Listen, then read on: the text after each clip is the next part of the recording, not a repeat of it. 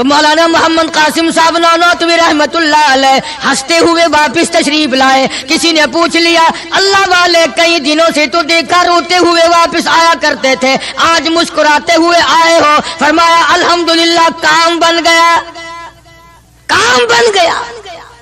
اس کسی نے پوچھ لیا کیا کام بن گیا؟ فرمانے لگے تمہیں کیا معلوم ہے میرے آقا کا مجھ پہ اتنا کرم تھا, میرے آقا کا مجھ پہ اتنا کرم تھا, بھر دیا میرا دامن پھیلانے سے پہلے. میرے آقا کا مجھ پہ اتنا کرم تھا, نشہ رنگ لایا پلانے سے پہلے, اور بھر دیا میرا دامن پھیلانے سے پہلے. مجھے کالی کملی والے صلی اللہ علیہ وسلم نے دودھ پلا دیا, علم حدیث پلا دیا.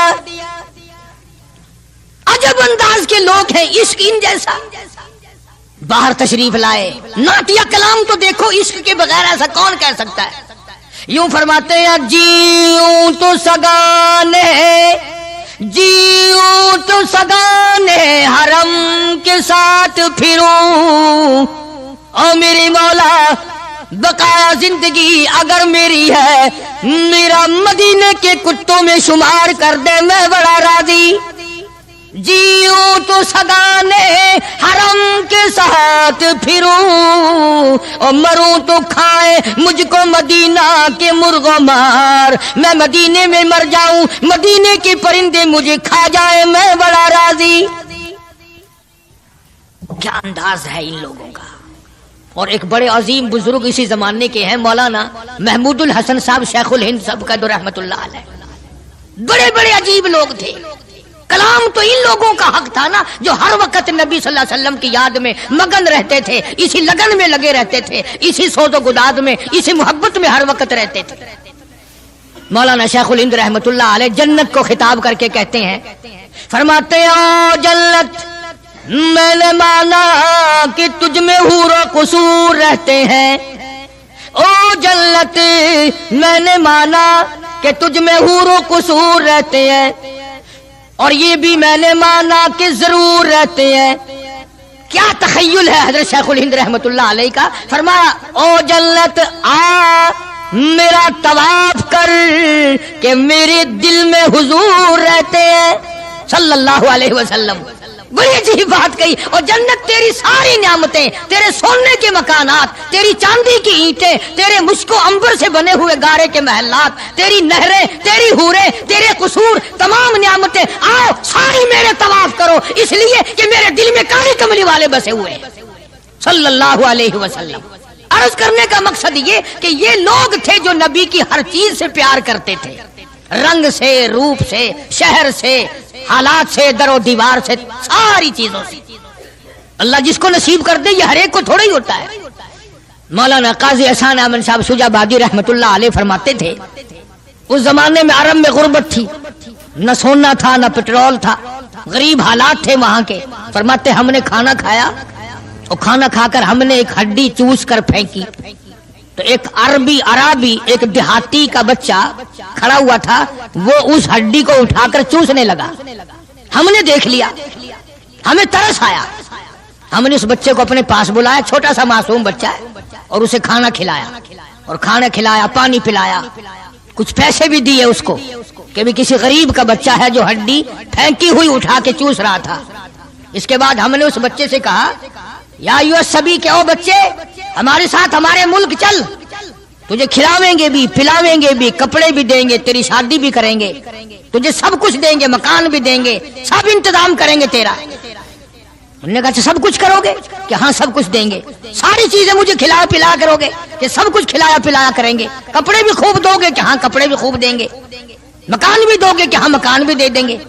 اللہ اکبر. معصوم بچہ گنبد خضرا کی طرف اشارہ کر کے کہنے لگا کیا تمہارے ملک میں یہ بھی ہے؟